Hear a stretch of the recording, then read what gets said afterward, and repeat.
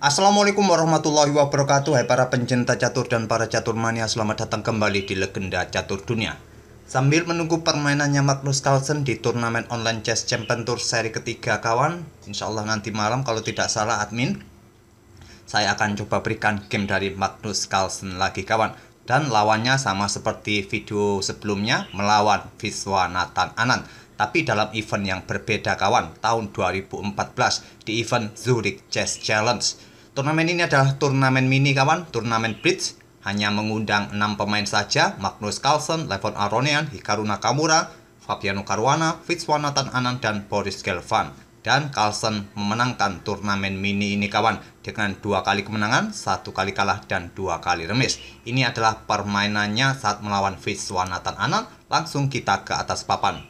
Saat itu di tahun 2014, Elo Carlsen dalam permainan bridge kawan sudah di atas 2800, tepatnya 2872, dan Viswanathan Anand Elo ratingnya, Elo bridge-nya kawan 2773. Di sini Carlsen pegang putih bermain dengan kuda F3 dan pion D5 balas Anand bermain dengan Zukertort opening, dan Carlsen mereposisi permainannya ke bentuk Nimzo Larsen attack. Bukan Nimzo Carlsen attack kawan, tapi Nimzo Larsen attack. Jangan dipleset-plesetkan kawan, tapi Nimzo Larsen attack. Selanjutnya pion C5 dibalas dengan pion E4, mengorbankan pionnya untuk sementara. Diterima oleh Anand, kuda G5 menyerang balik, dan di sini dilindungi dengan kuda F6 dengan tempo mengembangkan perwira. Kuda C3 memberikan 2 kali tekanan. Anand tidak mencoba membackup-nya lagi kawan dengan gajah di peta F5 ini. Dia melanjutkan pengembangan kuda C6. Apa jadinya sih jika pengembangan gajah di peta F5 dengan tujuan juga membackup pionnya ini? Mungkin putih akan melanjutkan dengan pengembangan gajah ke peta ini kawan, ke peta B5 dengan tempo skak juga, ditutup oleh kuda C6, dan menteri akan ke E2. Putih sudah menyiapkan rokade. Menteri pun sudah berkembang, memberikan 3 kali tekanan untuk merebut pion hitam ini kembali. Pion ini pasti akan didapat kembali oleh putih. Jadi pada posisi ini tadi, Anand memilih melanjutkan pengembangan kuda C6 daripada pengembangan gajah ke F5, dibalas dengan langkah pengembangan gajah terang, mengincar pion F7, diantisipasi dengan pion E6 dan gajah B2, menjadikan sniper di diagonal gelap panjang ini. Gajah E7 persiapan rokade, Carlsen rokade, Anand rokade. Selanjutnya di sini barulah kuda C pukul pion E4, merebut pion hitam kembali. Dipukul balik oleh kuda hitam, juga membuka serangan bagi kuda di G5. Kuda pukul kuda, lanjut Carlsen. Di sini pion E5 untuk memblokade diagonal gelap ini kawan. Tapi langkah ini menurut engine adalah langkah yang tidak akurat. Langkah yang akurat menurut engine adalah pion B6, mengeluarkan gajah di peta ini nanti kawan, di peta B7, sama-sama mempunyai sniper di diagonal yang berbeda ini. Sering kali kawan dalam permainan bridge saya juga menganalisa permainan seperti halnya dalam permainan klasik. Banyak sekali variasi-variasi yang saya tunjukkan dalam posisi langkah kesalahan atau variasi yang tidak ditunjukkan dalam permainan itu sendiri. Tujuannya satu kawan, hanya untuk belajar. Pada posisi ini tadi kawan, Anand memainkan pion E5-nya daripada pion B6, dijawab Carlsen dengan pion F4 agar tetap diagonal ini nantinya terbuka. Dan tidak di backup dengan pion F6 kawan. Di sini hitam atau Anand menerima langkah pion pukul pion, tidak langsung dipukul balik. Di sini Carlsen mengeluarkan menterinya terlebih dahulu. Barulah mungkin nanti akan sikat pion ini, beteng siap di double. Selanjutnya kawan, di sini kuda ke D4 lanjut Anand, kembali ingin memblokade diagonal gelap ini. Apakah sedang mengincar pion C2? Ini merupakan langkah kesalahan kawan menurut Stockfish. Stockfish menyarankan gajah terang berkembang menantang pertukaran gajah terang terlebih dahulu.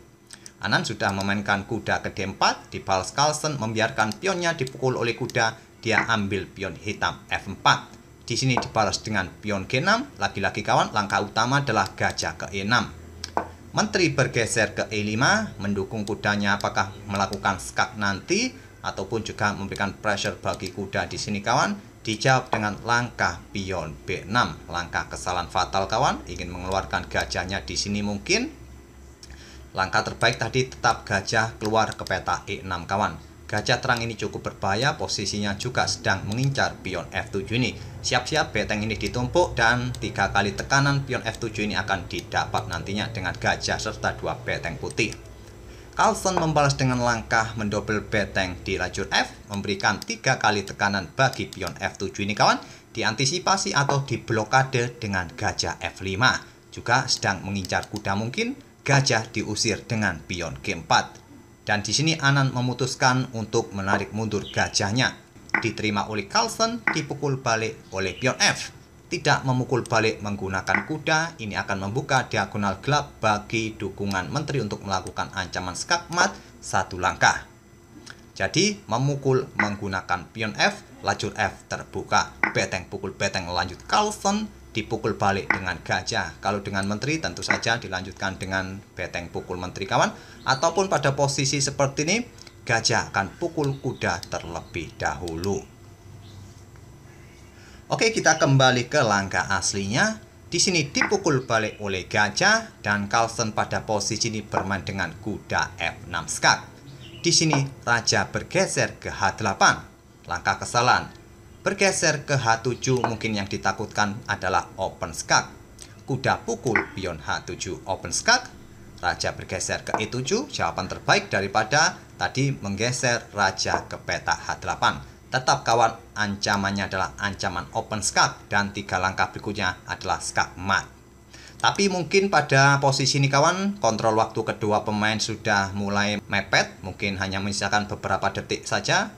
Maklum, ini adalah permainan blitz yang kontrol waktunya biasanya adalah 3 menit increment 2 detik.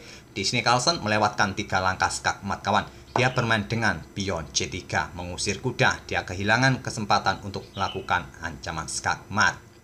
Di sini kuda lari ke C6 mengancam menteri dan posisi ini ancaman skak mat kembali didapat oleh Carlsen dengan 3 langkahnya, yaitu dengan langkah kuda E8. Memang pada posisi ini kawan, posisi kuda ini tidak mempunyai peta yang bagus lagi. Mau langkah kemanapun tetap saja kuda ini ataupun hitam akan kena ancaman skak mat berikutnya. Di sini tadi selepas kuda ke C6, Carlsen memberikan ancaman skak mat dengan kuda E8. 2 langkah berikutnya adalah skak mat. Dan di posisi ini di langkah ke-21, Viswanathan Anand menyerah. Jika menteri ini diambil oleh kuda, maka beteng pukul gajah skak mat. Kalau pada posisi ini hitam memilih menggeser raja ke peta ini kawan, apa ancamannya? Menteri tetap akan dikorbankan di sini, diambil oleh raja dan beteng pukul gajah skak mat. Jadi pada posisi seperti kawan, saat mendapatkan open skak kuda ke E8, sudah tidak ada cara untuk membendung ancaman 2 langkah skak mat kawan. Itulah kawan permainan mini dari Magnus Carlsen, hanya dengan 21 langkah mengobrak-abrik pertahanannya Viswanathan Anand dalam permainan blitz 3 menitan. Semoga permainannya tadi bisa menghibur kalian. Cukup pendek kawan, tidak seperti biasanya, memang hanya dengan 21 langkah. Dan kita akan bertemu di video-video berikutnya. Terima kasih. Wassalamualaikum warahmatullahi wabarakatuh.